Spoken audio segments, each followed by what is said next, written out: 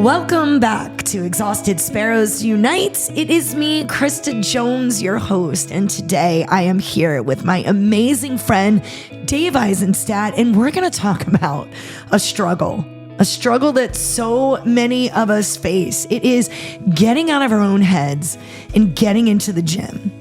You guys have heard me talk about self-love, and that is a lot of what we're going to be discussing today because we know that working out is good for us, but sometimes the hardest step is the first one. So I want to make sure that we talk about anything and everything that is preventing you from getting fit and getting healthy, from walking into your first class terrified to the joys of transformation that you can see. All of this one rep at a time. We're going to talk about overcoming mental blocks and ditching perfection and just making sure that our movements are movements of joy. And my great, beautiful, amazing friend, Dave, business owner Dave of CrossFit 845 is with me today because honestly, I can't even think about this podcast without bringing you into this episode. I like it. Yeah. That was so much. And I love you being here. Yeah. Wow, you are like so professional. I told you that I used to run a podcast. It was like we were drinking beers and yeah, it was just you know what?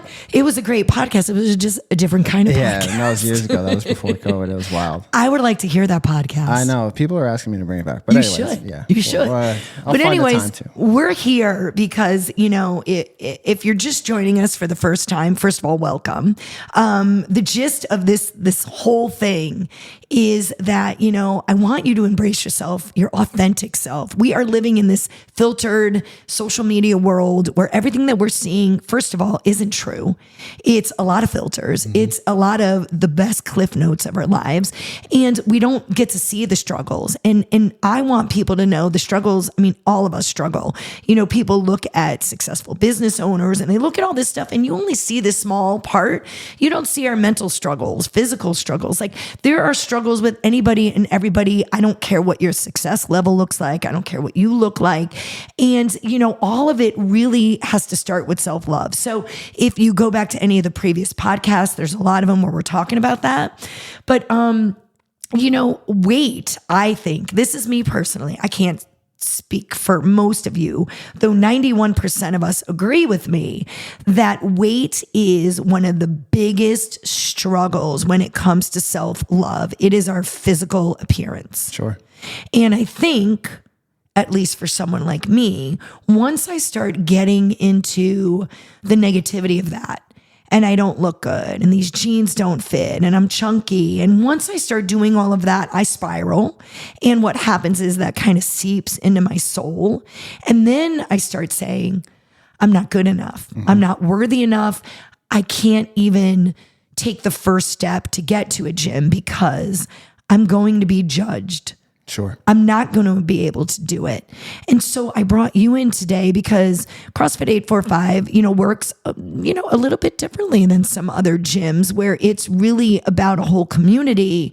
And, you know, how do you talk, Dave, to someone that is listening to you today and they're saying, I mean, I know that I should be more concerned about my physical health, but I don't feel worthy to even step foot into a gym to do it. Yeah, that's a great question. You know, everyone is going to say step and, you know, just walk through the doors, right? That's the lowest hanging fruit that we can offer because the rest will take care of itself, right? Once you walk through our doors or any doors of typically any CrossFit, you're going to be welcomed like you've never been welcomed before in any other gym setting, probably. But I think it goes a lot deeper than that. And we are so focused on vanity, right? And so it is really easy to judge ourselves. But when we look at how lucky we are to be here on earth, like think about the probability of being here, being alive, right? The probability of your parents meeting, right? So let's go before that. Your ancestors, right? The probability of your ancestors all meeting so that your parents met. Mm-hmm. The probability of that, very low. And then you can take it a deeper level where like the conception for like, you know, this is going to sound weird, for like a sperm to fertilize an egg is 1 in 100 million. Then there's you who was born, right? Uniquely and beautiful and perfectly the way you're supposed to be. So I think at the end of the day, we become really jaded, and we should practice more gratitude to be alive on this earth.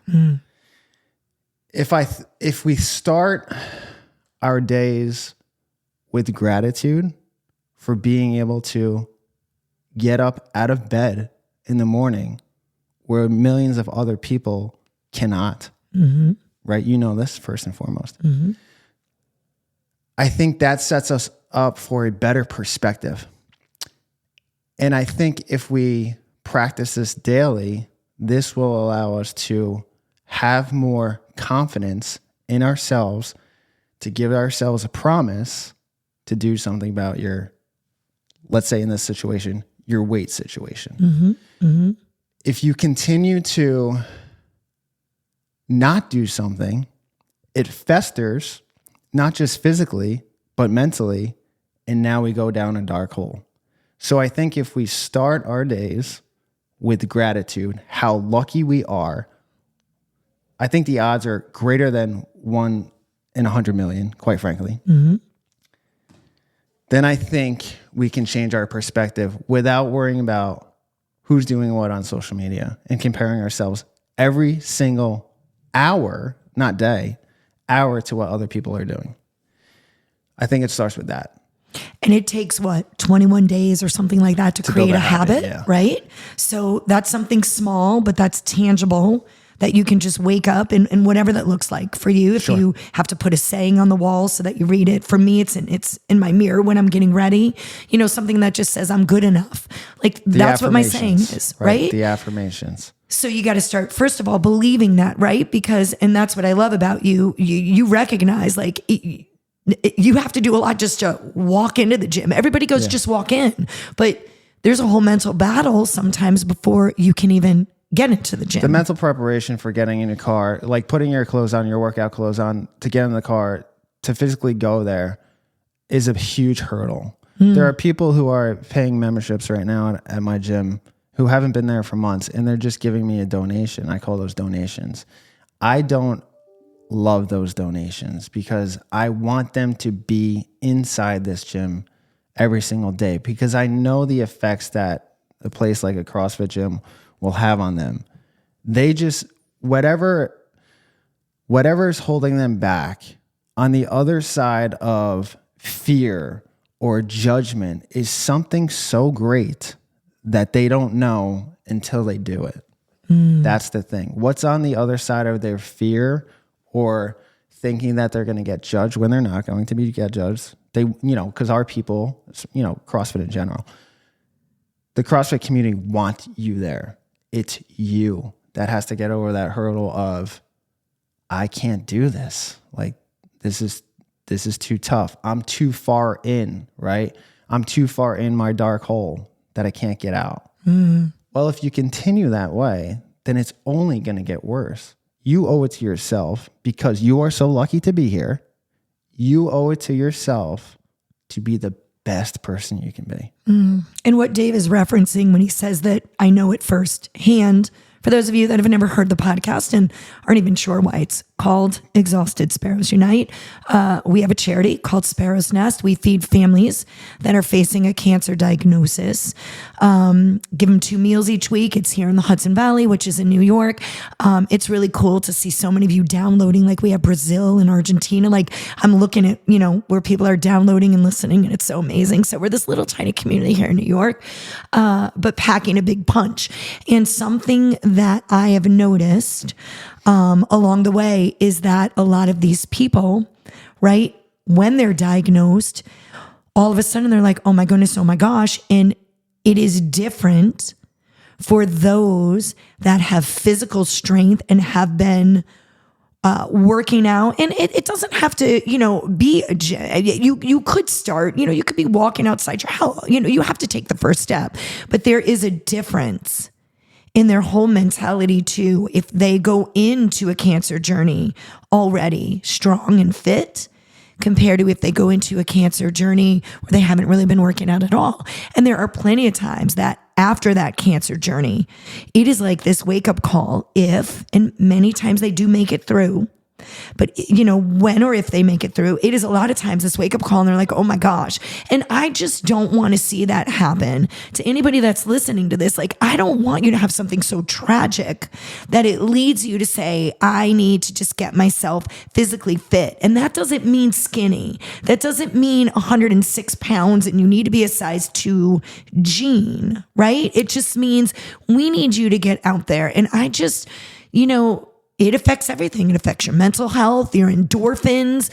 Everything is affected when you take that first step. Yeah, and that's the whole journey or objective that I have, is to impact as many people as I can in the Hudson Valley, because I want to prevent chronic disease as much as possible. And if I'm the catalyst or the host, the host as in, I own 2 gyms and you can come to either gym, but my coaches and my staff will take care of the rest and get you to that journey so that you don't get chronic disease. That is the objective, because if I can prevent that as much as possible, I'm okay to leave this earth knowing that I did that. That's my role here, right? And so if I can spread that experience inside the gym to as many people as I can, that's how the whole business started, was through word of mouth. But it also was because my father had passed. And so I didn't want anyone to be like him from pancreatic cancer. But leading up to that, his health was very poor. I was 13 at the time. So it was very traumatic. And, going through that is probably one of the greatest things that I've ever been through, believe it or not, because I would not be sitting here talking to you if my father hadn't passed. So that's the deeper meaning to this, is that I don't want people to be like him. So if I can do my part and do as much as I can and impact as many lives locally here, then I'm okay, right? So I've done my part.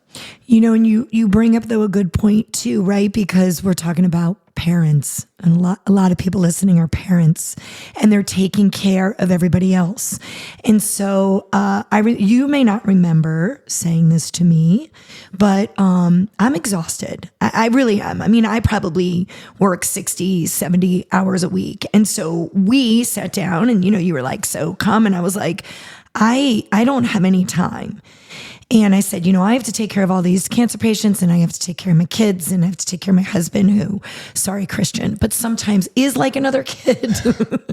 And you said to me, but if you don't take care of yourself first, you're not going to be able to take care of anybody else. And for me, what I said is, oh my gosh, if my health goes downhill, I don't want to leave my children and my husband in a place where they have to deal with that, right? Like, I need to be the best that I can be, because I can't take care of anybody else if I don't take care of myself. Yeah. And I found, yes, 100%. And I'm glad that resonated with you, because it doesn't resonate with a lot of people. It's just, to them, it's just surface level stuff when I say that to them. But after becoming a parent myself, that's when everything changed too. The meaning got even deeper, because now it's like, well, at first I don't want to be like my father. And then secondly, after the kids were born, it's like, now I really don't want to be like my father. Like, I'm not going anywhere. Yeah. So and that, your kids look up to you. You are their hero. Is it a hero that's constantly on the couch? Is it a hero that's always going out and getting McDonald's? Is it a hero that is, oh, I'm going to do it tomorrow, putting things off? Or is it a hero that prioritizes themselves, right? And you see all these parents inside the gym bringing their kids, and their kids are doing push-ups and sit-ups, and they've never done this before. And now you see them again next week. And it's like, one of the most fulfilling things you can see is parents becoming that literal hero for their kids and saying, wow, my mom is incredibly fit. Unfortunately, we are a microcosm in the entire community or world because we are so morbidly obese. We are. Yeah. And so, small changes help, right, to change all of that. But talking about your kids and being a hero and all of that too, and having that deep love for your children, right? There is nothing that you wouldn't do in order to keep them safe. Which means if you are not taking care of yourself, you're not keeping them safe. There are things that we can change, and there are things, we can't control. But this is something that is in our power to make these decisions in order to get ourselves healthier. And I think the other thing too is changes do not happen overnight. Rome was not built in a day. And for me, the biggest step for me, the biggest reward for me was I had to take pictures, because I don't notice a difference from doing this a couple of years ago, right? When I look at myself in the mirror. But I have pictures every week, and I'm like, oh my goodness, there is a huge change. Maybe not from week to week, maybe from month to month, but taking pictures of yourself and knowing that you are really going to have to put in some hard work before you see any changes, and you shouldn't quit. Right? Exactly. That's another thing. Some people start and then they quit because they don't see a change immediately. Right. Yeah, and it's funny because I think you were guilty of this too, was that you were concentrated so much on the number on the scale. Yeah. And I know a lot of women listen to this podcast, and I just want to be, the first to address this. And many of my team and the members especially can back this up, that I think in the 90s when we were really screwed up, and we had this narrative in our mind, especially because, all the cover photos of the magazines back then, there was no social media, there's just magazines, right? Mm-hmm. And so on those cover photos, all you saw were these beautiful but skinny women, and that's all we knew. And then there's like, what the heck was her name from Trim Spa? Like there's all these fat burning drugs and all this stuff. And so the narrative that was pushed on us was like, you have to be skinny if you want to be healthy. And now it is, I think people who are growing up in that era still have that mindset. Absolutely. Because it was pushed and rammed down our throats back then. I was just a young kid back then, but I remember it vividly. But we have so much more information now. We have so much more technology and software where we are eliminating that narrative rapidly because of the things that now we can detect.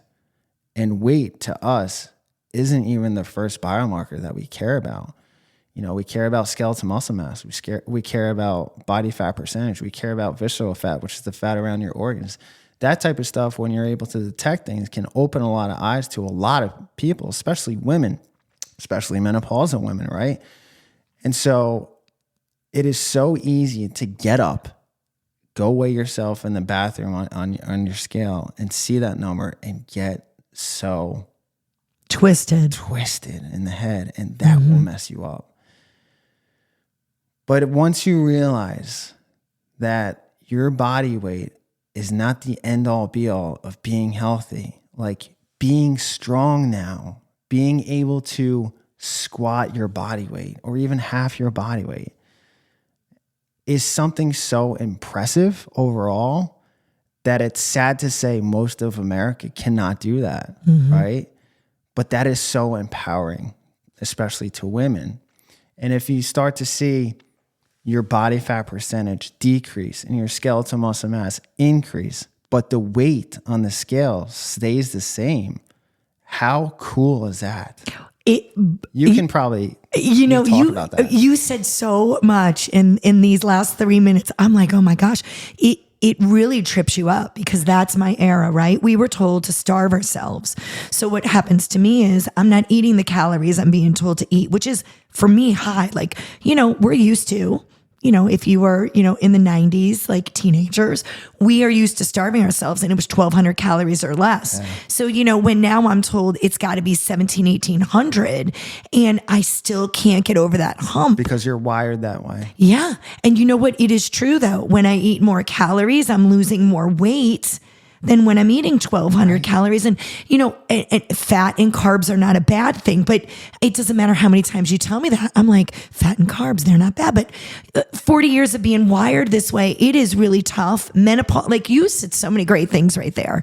And I think that's what it is that this number on the scale, many of us do not understand that when your skeletal mass goes up, and your body fat goes down, that number being the same does not mean you haven't progressed. That's huge. Yeah, that's the magic right there. When your skeletal muscle mass is increasing, your body fat is decreasing, you are on the path of incredible success, especially for health parameters. Then your blood pressure is starting to regulate, your cholesterol starts to come down, triglycerides are at a better number. That's when you start seeing the magic. Doesn't necessarily have to be, okay, now I'm going to starve myself, right? But I'm only going to eat like a bird and start to graze. That is the opposite of what you should be doing, especially now. And we're, along the lines of the food pyramid, the biggest scam and scandal, in my opinion, of my lifetime has been the food pyramid. That has been the biggest scam of our lives. And we've used it for like 50 years. Decades. And Why? this can go down another rabbit hole. I don't want to. Yeah, we're gonna do another podcast about that. But you're saying it's a scam because the base of that food pyramid for decades has been processed carbohydrates, including bread, pastas, anything that is white, basically. And we were told to get how many servings a day of that stuff, and then that made us sick. And here we are. Here we are still. We are sicker than ever. I'm going to stop right there. I'm going to stop talking about that. Because our next podcast is really going to dive into the nutrition end and the food end and all of that great stuff.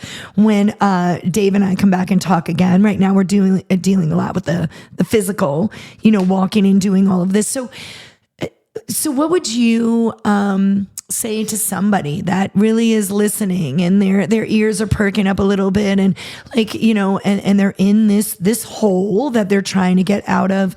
What do we do next? What do you say?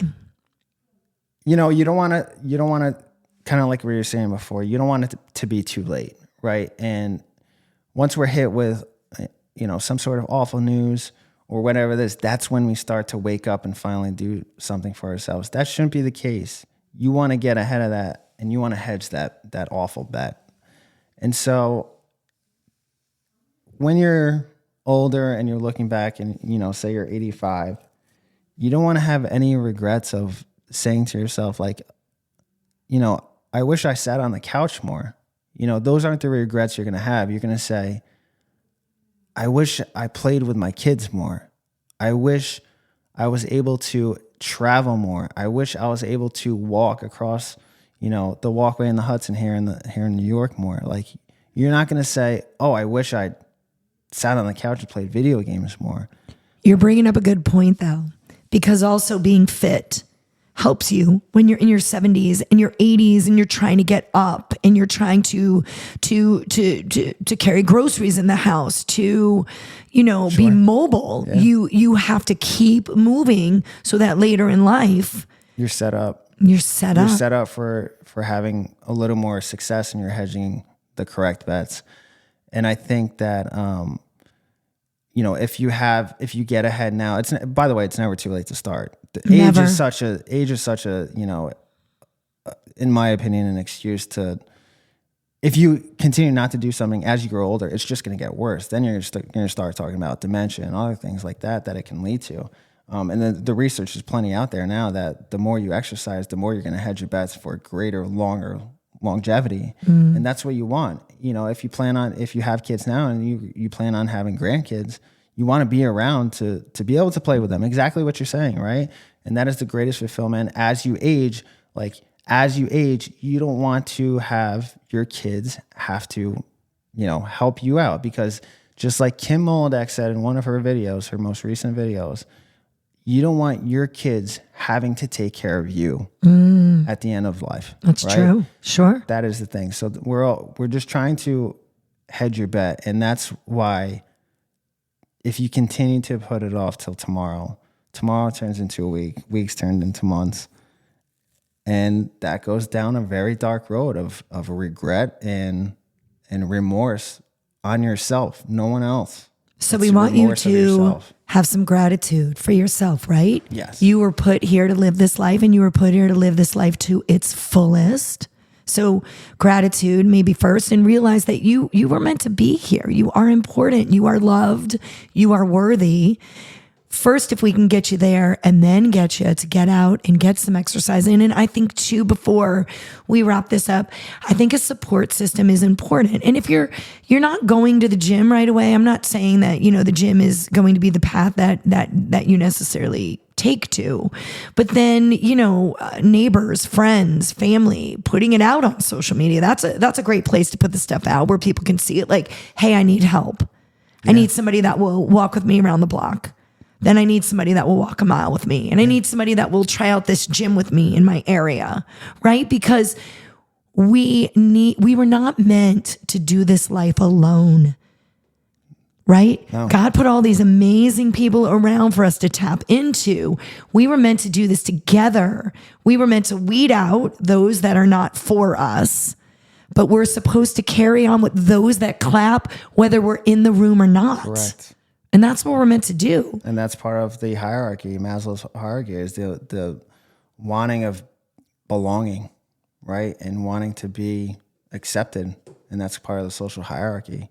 And as you should, but time passes faster than ever nowadays. And before you know, it's going to be gone. And so you want to fulfill your life as best as you can, because the odds of you being here are not great. And how, like I was saying before, how fortunate and lucky we are to be here. And so that's how I lead my days, to fulfill it with work and drive, because that's what keeps me going. If I didn't work and I didn't have this drive and I didn't have stuff to do, like, I would drive myself nuts. But even more importantly, your family. That's the most important thing, especially parents.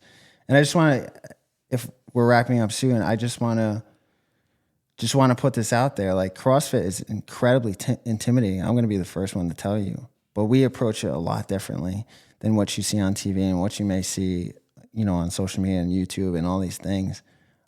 We are far different. We know exactly what you're going through. We know how to ease you into it. The community is unbelievable. I am so fortunate to have these people inside this gym, especially my staff, and trickle down to the members. The vision of accepting new people and knowing, hey, I've been in your shoes. I know what day one feels like.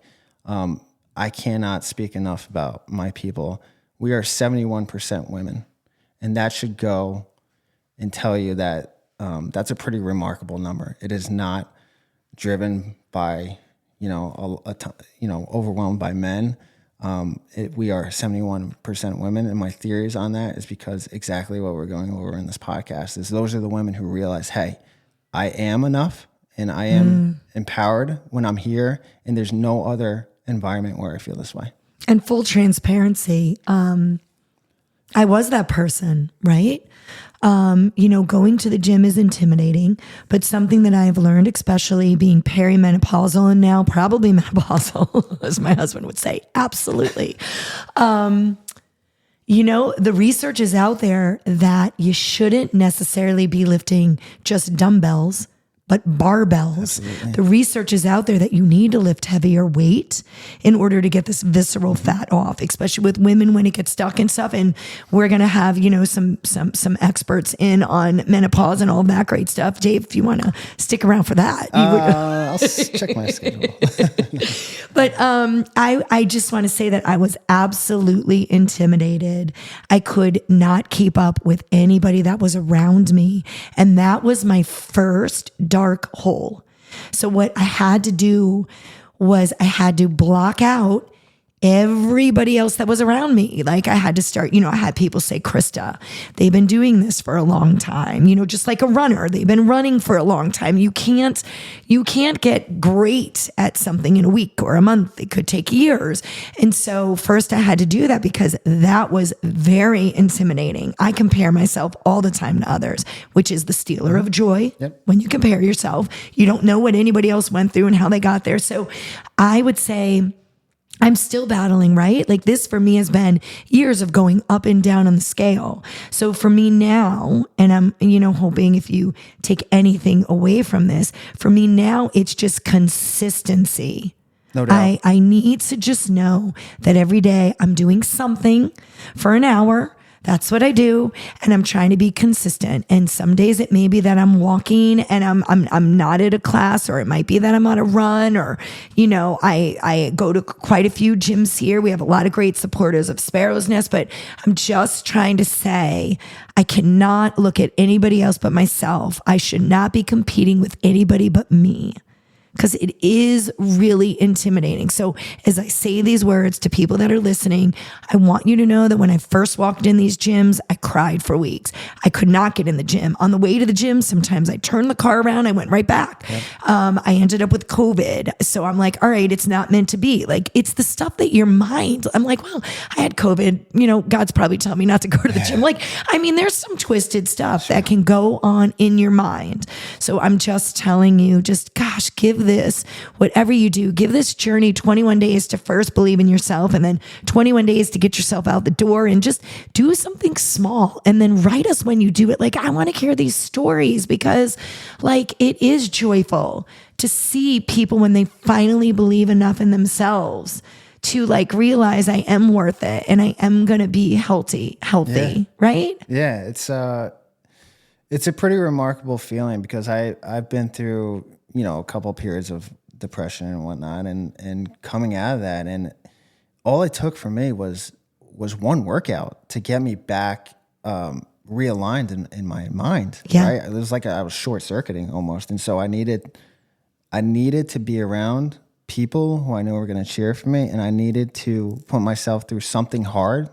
So at the end of that something hard, I know it's going to be easy, and so to me that is rewarding. And I think if you can, one, challenge yourself, and two, be around the people in this right environment, that gets really addictive. And I think if you walk away from that, and I know a ton of people who have, that's when it starts to get a little bit darker. And so, but you can always get back, right? It's never too late. Yeah. One thing that I tell myself, you're one workout away from feeling so much better than you are right now. Because also the studies show endorphins. There's a lot that goes on when you work out and you put yourself through just a little bit of sweat, right? Absolutely. And somebody always has it worse than you. And if you're healthy enough to do it, that's what I try to say. I have a cancer patient right now that's fighting for their life. I have a family right now whose child's in the hospital. I always say, I can do this. Right now, they're in darker places. I can do this. I can get myself out. I can do this. You can do this. You can do this. And that's what it's all about. Someone always has it worse than you. Somebody always does. Dave, thanks. I love that you came in today. That was awesome. Thank you guys so much for joining us on this episode of Exhausted Sparrows Unite. Remembering that fitness, guys, it really is such a mental game as much as it is a physical one. So start where you are, use what you have, do what you can. We want to make sure that you don't forget to subscribe. You can leave us a review, and listen, Dave and I are looking for these amazing comments about how you just got up and you just gave yourself gratitude. You just got up and you took a step and you walked outside. You just got up and you finally got into that gym that everybody's telling you to get into. Whatever it is, I want you to do it. And then I want to make sure that you tell us all about it. Take that first step. We don't care what it is. Just remember that you've got this. Until next time, be kind to yourself and to one another.